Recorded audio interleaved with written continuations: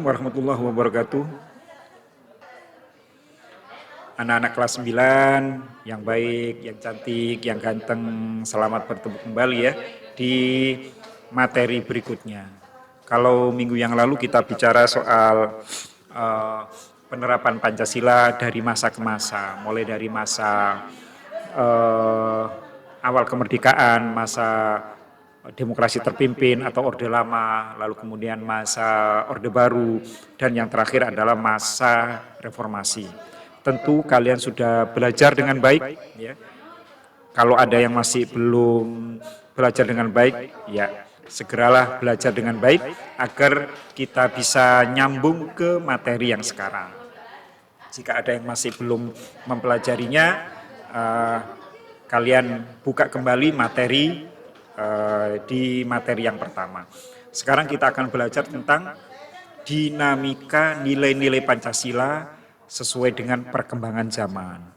Nah, anak sekalian, di materi yang lalu kita sudah belajar dari zaman ke zaman bagaimana Pancasila itu diterapkan. Di awal kemerdekaan Pancasila tidak bisa dilaksanakan dengan baik karena adanya ancaman-ancaman terhadap negara, baik dari dalam maupun dari luar. Lalu kemudian di era Orde Lama juga tidak bisa dilaksanakan dengan baik. Tahun 1959 sampai 1959 sampai 1965 juga tidak bisa dilaksanakan dengan baik. Masih banyak sekali penyimpangan-penyimpangan. Lalu kemudian masa Orde Baru 1966 sampai 1998. Ya. Sebenarnya Orde Baru itu punya semangat anak sekalian. Namanya saja Orde Baru, pengertiannya adalah orde atau masa di mana pemerintahan dilaksanakan sesuai dengan Pancasila dan Undang-Undang Dasar 45 secara murni dan konsekuen. Ternyata di masa itu anak sekalian, masa Orde Baru juga banyak sekali penyimpangan-penyimpangan, antara lain korupsi ya yang mulai merajalela, lalu kemudian pelanggaran hak asasi manusia yang sangat banyak ya. Nanti di SMA kalian akan belajar pelanggaran hak asasi manusia pada masa Orde Baru. Lalu kemudian pembangunan ya yang tidak merata. Ya, hanya untuk daerah tertentu dan kelompok-kelompok tertentu saja. Ini merupakan suatu penyimpangan anak sekalian. Lalu kemudian di masa Orde Reformasi diharapkan dengan adanya Orde Reformasi tahun 98 di mana pemerintahan Orde Baru ditumbangkan oleh massa atau disebut dengan people power yang digelorakan oleh para mahasiswa pada tahun itu anak sekalian, agar Pancasila ini bisa dilaksanakan dengan baik dan benar pada masa ini. Ternyata pun demikian anak sekalian, Pancasila belum bisa dilaksanakan dengan baik dan benar. Masih banyak terjadi penyimpangan-penyimpangan. Korupsi masih di mana-mana, pelanggaran hak asasi manusia masih banyak, pembangunan juga masih belum merata. Tapi ada satu hal anak sekalian yang perlu kita garis bawahi, bahwa sampai saat ini walaupun Pancasila belum dilaksanakan dengan baik dan benar, tapi Pancasila masih kokoh. Ya, masih kokoh sebagai dasar negara dan sebagai ideologi bangsa Indonesia. Nah, inilah yang perlu kita kaji. Ya, kenapa sampai sekarang Pancasila kok masih bertahan? Pertanyaannya kemudian, apakah Pancasila ini sebagai dasar negara dan sebagai ideologi masih relevan? Masih relevan artinya masih sesuai dengan perkembangan zaman sekarang. Kita tahu anak sekalian, ada ideologi yang besar, ya, yang besar dianut oleh banyak negara, tetapi kemudian runtuh. Ya, contoh yaitu ideologi komunis. Di negara asalnya, di Soviet runtuh. Di Cina memang masih ada partai komunis, tetapi komunis itu sendiri sudah tidak seperti dulu. Sudah mulai komunis yang liberal begitu. Ya, padahal antara liberal dan komunis itu saling bertentangan, tidak akan bisa ketemu. Nah, Pancasila walaupun mendapatkan tantangan yang begitu besar mulai dari sejak ditetapkan oleh PPKI tanggal 18 Agustus 45 sampai sekarang tantangannya sangat besar. Tapi Pancasila itu sangat kuat. Tentu kalian ingat setiap tanggal 1 Oktober diperingati sebagai hari kesaktian Pancasila. Artinya Pancasila itu sakti. Kenapa disebut Pancasila itu sakti dan diperingati setiap tanggal 1 Oktober? Karena Pancasila itu berkali-kali ingin diganti oleh kelompok tertentu, terutama oleh kelompok PKI, lalu kemudian ada kelompok ekstremis, ya, lalu kemudian kelompok-kelompok lain yang melakukan pemberontakan di periode 45 sampai 59, ternyata Pancasila tidak goyah. Sampai sekarang masih dipegang teguh oleh rakyat Indonesia. Tapi yang perlu kita tekankan saat ini adalah merevitalisasi Pancasila. Apa revitalisasi? Re itu kembali, vital itu penting. Jadi menganggap Pancasila itu penting kembali. Ya, jadi bangsa Indonesia itu harus diajarkan, dididik bagaimana membuat Pancasila ini penting. Sehingga Pancasila ini bisa diterapkan di dalam kehidupan sehari-hari. Jika Pancasila ini dilaksanakan dengan baik dan benar, maka akan mudah bagi bangsa Indonesia untuk mencapai tujuan negara. Tujuan negara yang 4, melindungi segenap bangsa Indonesia dan seluruh tumpah darah Indonesia, memajukan kesejahteraan umum, mencerdaskan kehidupan bangsa, dan ikut melaksanakan ketertiban dunia. Tujuan yang ada di dalam alinea keempat ini akan mudah tercapai kalau Pancasila dilaksanakan dengan baik dan benar. Nah, ini anak sekalian yang perlu kita kaji pada saat ini.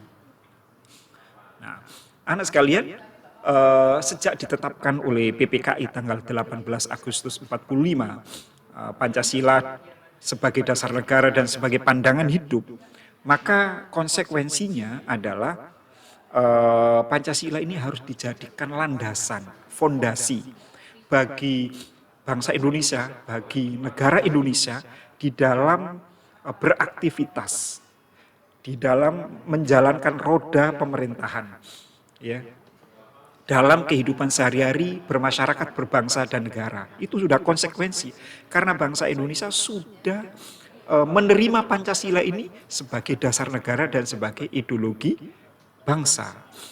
Nah, nanti kalau kalian ingin membaca ini, kalian bisa post, ya, sehingga kalian bisa menulis. Nah, anak sekalian, nilai-nilai yang terkandung di dalam Pancasila yang sudah kita pelajari pada minggu yang lalu, ya, di materi yang pertama ada 3, ya, nilai dasar, nilai instrumental, dan nilai praksis. Ya, itu harus kita benar-benar kita laksanakan. Akan tetapi ada nilai-nilai yang tidak boleh berubah, yaitu nilai dasar. 5 nilai itu: ketuhanan, kemanusiaan, persatuan, kerakyatan, dan keadilan. Itu nilai dasar yang tidak boleh diubah oleh siapapun, termasuk oleh MPR. Ya. Kenapa? Karena ini adalah nilai dasar yang menjadi dasar negara dan ideologi. Yang boleh diubah adalah nilai berikutnya, yaitu nilai instrumental dan nilai praksis. Nilai instrumental adalah nilai yang sudah diwujudkan ke dalam peraturan perundangan, menjadi undang-undang dasar, TAP MPR, undang-undang, dan lain sebagainya. Nah, anak sekalian, bagaimana Pancasila kok bisa bertahan sampai sekian lama, sampai 75 tahun, nih, karena video ini dibuat pada tahun 2020, berarti Indonesia merdeka sudah 75 tahun, Pancasila masih bertahan. Ini jawabannya adalah, anak sekalian, karena Pancasila adalah ideologi yang terbuka. Nah, apa ini maknanya ideologi terbuka, anak sekalian? Ya. Dan bagaimana keterbukaan nilai-nilai Pancasila? Nah, pertanyaan-pertanyaan tersebut dapat Kalian ketahui jawabannya setelah kalian mempelajari materi berikut. Jadi, mengapa Pancasila bisa bertahan sampai sekarang? Karena Pancasila adalah ideologi terbuka. Itu kuncinya di situ. Nah, apa yang dimaksud dengan ideologi terbuka? Ya, banyak sekali pengertian yang diberikan oleh para ahli, anak sekalian. Kita lihat, ya, ada Sujono Puspowardoyo, ada Mubyarto, dan lain sebagainya. Sampai pada yang D, Frans Magnus Suseno juga memberikan pengertian tentang ideologi terbuka. Kalian nanti bisa post videonya, lalu kalian baca dan pahami. Namun anak sekalian, dari sekian banyak pengertian Pancasila sebagai ideologi terbuka, ya, Bapak bisa simpulkan bahwa Pancasila sebagai ideologi terbuka adalah bahwa nilai-nilai yang terkandung di dalam Pancasila itu bisa diterima, ya, bisa diterima, difahami oleh bangsa-bangsa yang beradab di dunia. Bapak ulangi lagi.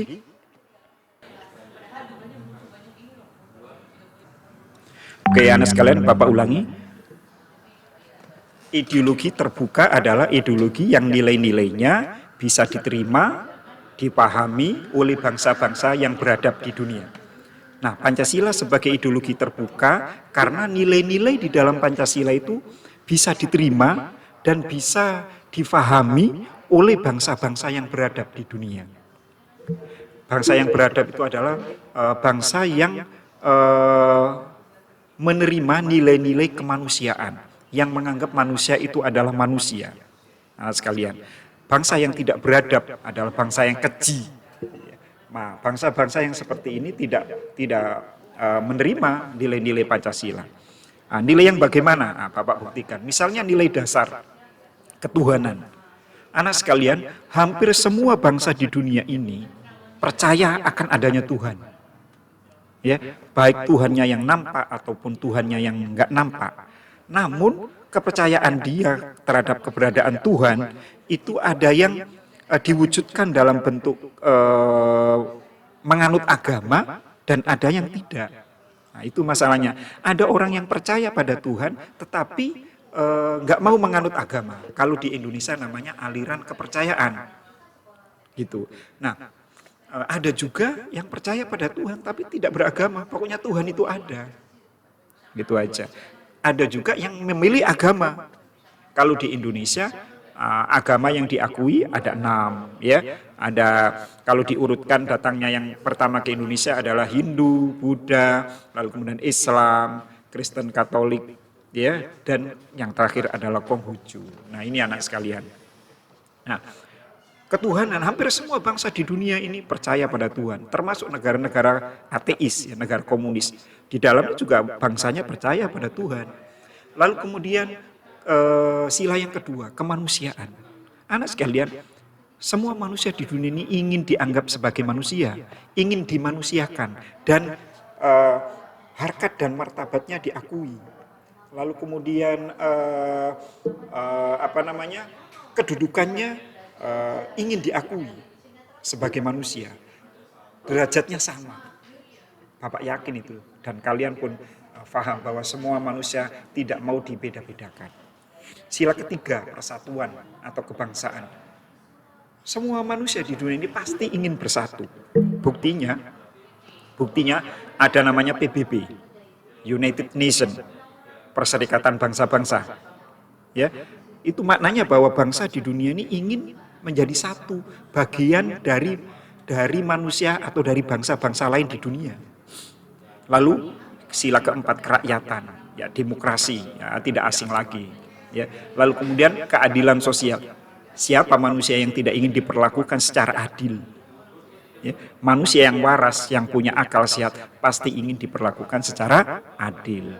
Nah, ini membuktikan bahwa Pancasila ini adalah ideologi terbuka karena nilai-nilainya diterima dan difahami oleh bangsa-bangsa di dunia. Oke, anak sekalian, untuk pertemuan kali ini sampai di sini dulu. Nanti akan Bapak lanjutkan apa ciri-ciri dari ideologi terbuka. Ya, terima kasih atas perhatian. Terus pelajari materi-materi yang Bapak masukkan di dalam Google Classroom, ya, lalu kerjakan tugasnya agar kita sefaham. Oke, silakan dipelajari, jangan sampai ketinggalan. Terima kasih atas perhatiannya, mohon maaf jika ada kekurangan. Assalamualaikum warahmatullahi wabarakatuh dan salam sejahtera.